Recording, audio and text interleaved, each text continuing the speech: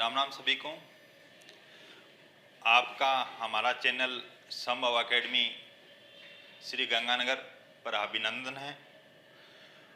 अपने बात कर रहे थे राजस्थान का भूगोल। इसमें देखो, राजस्थान का जो भौतिक प्रदेश है इसको 4 भागों में बांटा था, ठीक है। और इसमें अपने 3 जो भौतिक प्रदेश थे, 3, इसकी चर्चा अपने कर चुके थे। ये 3 कंप्लीट हो गए अपने। अपना जो चौथा भौतिक प्रदेश रहता है वो है दक्षिणी पूर्वी पठारी प्रदेश। पठारी प्रदेश या इसे जानते हैं हाड़ौती पठार के नाम से। इसकी चर्चा आज की क्लास में होगी। देखो, हम उम्मीद करते हैं भी आप इस कोरोना के काल में स्वस्थ होंगे, सुरक्षित होंगे, ठीक है, और अपनी पढ़ाई को सुचारू रूप से रखें, कंटिन्यूटी बनाए रखें। और किसी ने कहा है, परिंदों को मंजिल मिले यकीनन, ये फैले हुए उनके पर बोलते हैं। वो लोग रहते हैं खामोश अक्सर, वो लोग रहते हैं खामोश अक्सर, जमाने में जिनके हुनर बोलते हैं, जमाने में जिनके हुनर बोलते हैं, ठीक है। अपना था चौथा जो भौतिक प्रदेश है दक्षिणी पूर्वी पठारी प्रदेश। इसकी अपनी चर्चा करें तो देखो, इसके बारे में अपने को क्या क्या पढ़ना है। पहला भी, राजस्थान के कौन से जिले इसमें शामिल किए जाते हैं, ठीक है। इसके बाद में इसकी उत्पत्ति कैसे हुई। इसके बाद अपनी चर्चा करेंगे भी इसका निर्माण कैसे हुआ, निर्माण कैसे हुआ, और आगे इसकी विशेषताएं क्या क्या हैं, विशेषता। और इसके बाद में पढ़ेंगे इसका विभाजन या वर्गीकरण। ये पार्ट मुख्य रहते हैं। तो देखो, दक्षिणी पूर्वी पठारी प्रदेश है, इसकी यदि अपनी चर्चा करें तो राजस्थान का दक्षिणी पूर्वी जो भाग आता है, थोड़ा मैप के माध्यम से आपको मैं बता देता हूं, इस तरह से रहता है।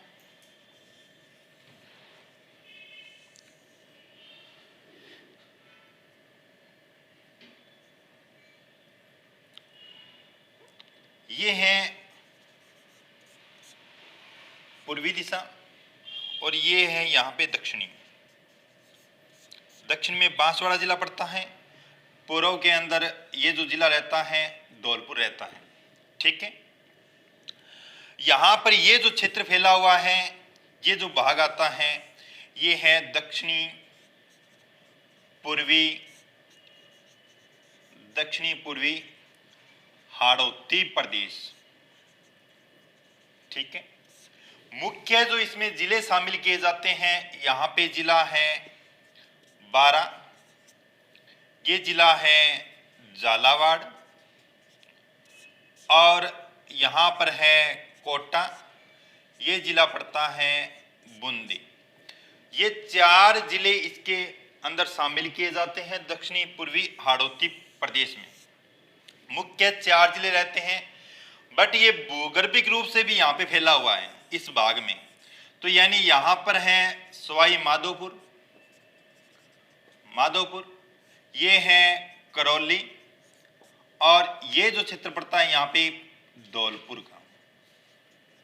मुख्य जिले इसमें 4 रहते हैं। यदि आपसे टोटल जिले पूछे जाएं भी राजस्थान में दक्षिणी पूर्वी हाड़ौती पठार जो है, इसका कुल कितने जिलों में विस्तार है, तो ये विस्तार रहता है 7 जिलों में। यानी ये 3 जिले हैं, सवाई माधोपुर, करौली, धौलपुर, इनमें भूगर्भिक रूप से ये पठारी भाग फैला हुआ है, ठीक है। जिले आ गए, 7 जिले हैं कुल। मुख्य रूप से 4 जिलों में इसका विस्तार है, झालावाड़, बारा, कोटा, बूंदी, ठीक है।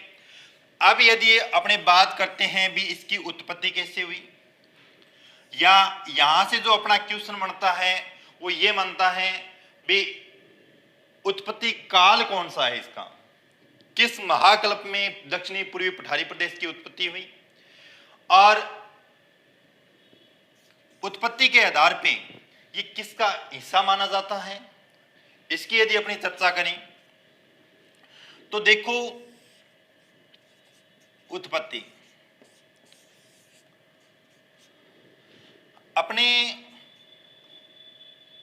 भूगर्भिक जो समय सारणी है उसी के अनुसार यदि अपने देखें तो ये है मध्यजीवी महाकल्प। मध्यजीवी महाकल्प में एक काल आता है क्रीटेशियस काल, क्रीटेशियस काल, ठीक है, क्रीटेशियस काल आता है। इस काल में दरारी उद्भेदन, दरारी उद्भेदन या ज्वालामुखी क्रिया के द्वारा इस प्रदेश का निर्माण हुआ था। साथ में निर्माण की बात कर रहा हूं, काल महाकल्प पूछा जाए तो मध्यजीवी महाकल्प में क्रीटेशियस काल के अंदर दरारी उद्भेदन के द्वारा या ज्वालामुखी क्रिया, ज्वालामुखी क्रिया के द्वारा इस प्रदेश का निर्माण हुआ था, दक्षिणी पूर्वी पठारी प्रदेश का। तो देखो साथियों, ये जो मध्यजीवी महाकल्प है, इस महाकल्प के अंदर जो गोंडवाना लैंड है, अपने पूरी पृथ्वी जो पेंजिया था उसको दो भागों में बांटा था। उत्तरी पेंजिया जिसे अंगारा लैंड या गोंडवाना लैंड कहा गया था, और दक्षिणी जो पेंजिया था उसे गोंडवाना लैंड कहा गया था, ठीक है। यदि आपसे पूछें भी प्रारंभिक स्वरूप के आधार पे ये किसका पार्ट माना जाता है, तो ये माना जाता है गोंडवाना लैंड का हिस्सा। कि हिस्सा किसका है? ये गोंडवाना लैंड का, ठीक है। गोंडवाना लैंड के अंदर ये स्थल भाग था। यहां पे जो दरारी उद्भेदन हुआ या ज्वालामुखी क्रिया हुई, इन्हीं दरारी उद्भेदन के माध्यम से ज्वालामुखी जो क्रिया हुई उसी के परिणाम स्वरूप इस दक्षिणी पूर्वी पठारी प्रदेश का निर्माण हुआ था, ठीक है। और यदि भारत के संदर्भ में देखें भी, यहां से ये क्वेश्चन, एक क्वेश्चन ये भी बनता है भी भारत के संदर्भ में ये दक्षिणी पूर्वी पठारी प्रदेश है, वो भारत के किस भौतिक प्रदेश का हिस्सा माना जाता है या पार्ट माना जाता है, उसकी यदि अपनी चर्चा करें तो देखो, जो भारत का प्रायद्वीपीय पठार है, भारत का जो भौतिक प्रदेश है प्रायद्वीपीय पठार, उसका पार्ट माना जाता है। कैसे? देखो, इस तरह से अपना दक्षिणी भारत है, यहां पे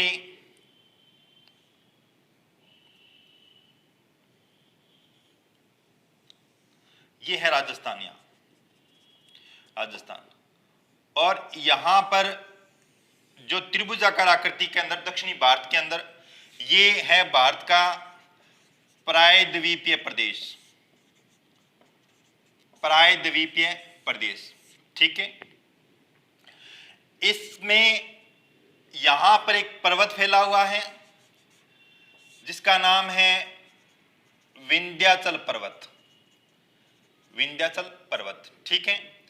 और ये जो राज्य पड़ता है मध्य प्रदेश है, यहां गुजरात है, मध्य प्रदेश गुजरात, और यहां जो पठारी भाग है वो जाना जाता है मालवा पठार के नाम से, मालवा पठार के नाम से। और अपना जो राजस्थान है, ये जो राजस्थान का दक्षिणी पूर्वी भाग इसी मालवा पठार का उत्तरी भाग माना जाता है।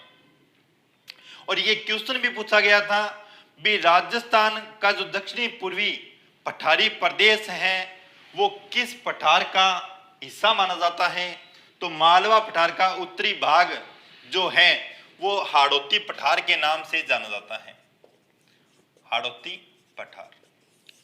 ठीक है। या पूछे आपसे भी भारत के किस भौतिक प्रदेश का हिस्सा माना जाता है, तो ये है प्रायद्वीपीय प्रदेश, यानी प्रायद्वीपीय भारत का हिस्सा माना जाता है। ठीक है। अब अपनी बात करते हैं, देखो जिलों की बात हो गई। उत्पत्ति किस काल में हुई, मध्यजीवी महाकल्प क्रिटेशियस काल है। दरारी उद्भेदन के माध्यम से ज्वालामुखी क्रिया के द्वारा इस प्रदेश का निर्माण हुआ, और इस निर्माण के आधार पे यदि अपनी बात करें तो यहां पर पाई जाने वाली चट्टानें कैसी हैं, बेसाल्ट, यानी इस क्षेत्र के अंदर पाई जाने वाली चट्टानें जो हैं बेसाल्ट चट्टानें पाई जाती है। क्यों पाई जाती है, इसकी यदि अपनी चर्चा करें तो देखो, जो पृथ्वी का आंतरिक केंद्रीय जो भाग है, इसमें यदि दरारी उद्भेदन होता है या ज्वालामुखी प्रक्रिया जो होती है, ये धरातल मानो, धरातल ज्वालामुखी क्रिया होती है, धरातल के अंदर जो ये होता है ज्वालामुखी पदार्थ जिसे मैग्मा कहा जाता है, और ये जब धरातल पे निकलता है तो इसे बोलते हैं लावा। ठीक है। यदि यह तरल रूप में हो, यह तरल रूप में हो तो ये ज्यादा दूर तक इस तरह से बिछा दिया जाता है इसके द्वारा। तरल यदि रूप में हो तो ज्यादा दूर तक बिछा दिया जाता है, और इसका तरल जो रूप है वो कहलाता है बेसाल्ट। यदि ये गाढ़े रूप में हो तो यहाँ पर इसी के पास में इस तरह से इसका निर्माण हो जाता है, जिसे ज्वालामुखी पर्वत के नाम से जाना जाता है। और अपने पढ़ा भी है भी जो अरावली पर्वतमाला है वहां पे ग्रेनाइट की प्रधानता पाई जाती है, और जहां पर गाढ़ा लावा होगा, गाढ़ा लावा होगा, वो प्रदेश ग्रेनाइट चट्टानों से युक्त होगा। जहां पर तरल लावा होगा वो प्रदेश बेसाल्ट चट्टानों से युक्त होगा। और यही कारण है भी दक्षिणी पूर्वी जो पठारी प्रदेश हैं, यहाँ पर पाई जाने वाली जो चट्टानें हैं वो बेसाल्ट चट्टानें हैं, यानी आग्नेय प्रकार की चट्टानें हैं। बात आई समझ में। अब यदि मैं इसकी विशेषताओं की बात करूं तो देखो, सबसे पहली जो विशेषता रहती है, आप हमारे संभव एकेडमी श्री गंगानगर के यूट्यूब चैनल को सब्सक्राइब करें, लाइक करें और शेयर करें। विशेषताएं,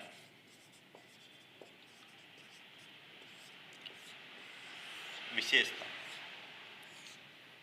पहली विशेषता, ये जो प्रदेश है दक्षिणी पूर्वी पठारी प्रदेश, यदि राजस्थान का जो कुल क्षेत्रफल है उसकी मैं चर्चा करूं 3,42,239 वर्ग किलोमीटर, 3,42,239 वर्ग किलोमीटर राजस्थान का कुल क्षेत्रफल है। इसमें से दक्षिणी पूर्वी जो हाड़ौती पठार या पठारी प्रदेश है ये फैला हुआ है 6.49% भाग पर। कितना प्रतिशत भाग पर, 6.49% भाग पर, यानी इसका क्षेत्रफल कितना है 6.49%। और इस क्षेत्र में जो जनसंख्या निवास करती है वो लगभग 11% जनसंख्या निवास करती है। कितनी, 11% जनसंख्या निवास करती है। ठीक है। अब देखो, पहली जो इसकी विशेषता रहती है वो ये है भी क्षेत्रफल देखा आपने 6.49%, यानी आपसे पूछा जाए भी क्षेत्रफल के आधार पे राजस्थान का सबसे छोटा जो भौतिक प्रदेश है वो कौन सा है, तो है दक्षिणी पूर्वी पठारी प्रदेश। यानी क्षेत्रफल के आधार पर सबसे छोटा भौतिक प्रदेश, पहली विशेषता भौतिक प्रदेश, और ये क्वेश्चन भी बहुत बार पूछा जाता है। दूसरी यदि बात करें, सर्वाधिक वर्षा वाला भौतिक प्रदेश, वर्षा वाला भौतिक प्रदेश, क्योंकि ये जो क्षेत्र है दक्षिणी पूर्वी हाड़ौती पठार, यहां पर राजस्थान की सर्वाधिक वर्षा होती है और वर्षा का जो एवरेज रहता है वो रहता है 90 से 120 सेंटीमीटर, 90 से 120 सेंटीमीटर। और यहां से एक क्वेश्चन यह भी पूछा जाता है भी राजस्थान में सर्वाधिक वर्षा वाला संभाग कौन सा है और राजस्थान में सर्वाधिक वर्षा वाला जिला कौन सा है। तो यदि आपसे संभाग पूछें तो संभाग तो है कोटा, जो इसी क्षेत्र के अंदर है, दक्षिणी पूर्वी हाड़ौती पठार। और यदि जिला पूछें, जिला सर्वाधिक वर्षा वाला जिला तो है झालावाड़, झालावाड़। यदि आपसे सर्वाधिक वर्षा वाला स्थान पूछें तो वो स्थान है माउंट आबू, जो सिरोही में पड़ता है, माउंट आबू। ठीक है, 3 बातें बताई हैं। सर्वाधिक वर्षा वाला संभाग कोटा संभाग है और सर्वाधिक वर्षा वाला जिला झालावाड़ है, सर्वाधिक वर्षा वाला स्थान माउंट आबू है और सर्वाधिक वर्षा वाला भौतिक प्रदेश दक्षिणी पूर्वी पठारी प्रदेश है। ठीक है, इसके बाद यदि अपनी बात करें तीसरी जो इसकी विशेषता है, देखो सर्वाधिक वर्षा है तो यहां पर आर्द्रता भी ज्यादा पाई जाती है। तो आपसे यदि पूछा जाए भी सर्वाधिक आर्द्रता वाला भौतिक प्रदेश कौन सा है तो दक्षिणी पूर्वी हाड़ौती पठार। तीसरी विशेषता है सर्वाधिक आर्द्रता वाला भौतिक प्रदेश। ठीक है, आर्द्रता वाला भौतिक प्रदेश। इसके बाद यदि अपनी बात करें चौथी जो इसकी विशेषता है, सर्वाधिक नदियों वाला भौतिक प्रदेश। सर्वाधिक नदियों वाला भौतिक प्रदेश। यहां से भी अपना क्वेश्चन रहता है भी सर्वाधिक नदियों वाला संभाग कौन सा है तो वो संभाग रहता है कोटा संभाग। यदि संभाग पूछे सर्वाधिक नदियों वाला तो कोटा संभाग, जिला पूछे तो भी कोटा है और सर्वाधिक नदियों वाला भौतिक प्रदेश पूछे तो दक्षिणी पूर्वी हाड़ौती प्रदेश, इसी में आता है कोटा जिला। ठीक है, सर्वाधिक नदियों वाला भौतिक प्रदेश। इसके बाद यदि अपनी बात करें 5 नंबर जो इसकी विशेषता है वो क्या रहती है, बेसाल्ट चट्टानों से युक्त, बेसाल्ट चट्टानों से युक्त प्रदेश। ठीक है, चट्टानों से युक्त प्रदेश। इसकी बात अपने कर चुके हैं भी जहां पर दरारी उद्वेदन होगा, यदि लावा तरल रूप में है तो वो बेसाल्ट चट्टानों का निर्माण करता है, यदि लावा गाढ़ा है तो वो ग्रेनाइट चट्टानों का निर्माण करता है। और ये दोनों ग्रेनाइट और बेसाल्ट आग्नेय चट्टान के प्रकार माने जाते हैं। और दक्षिणी पूर्वी पठारी प्रदेश के अंदर जो चट्टानें पाई जाती हैं वो बेसाल्ट चट्टानें पाई जाती हैं।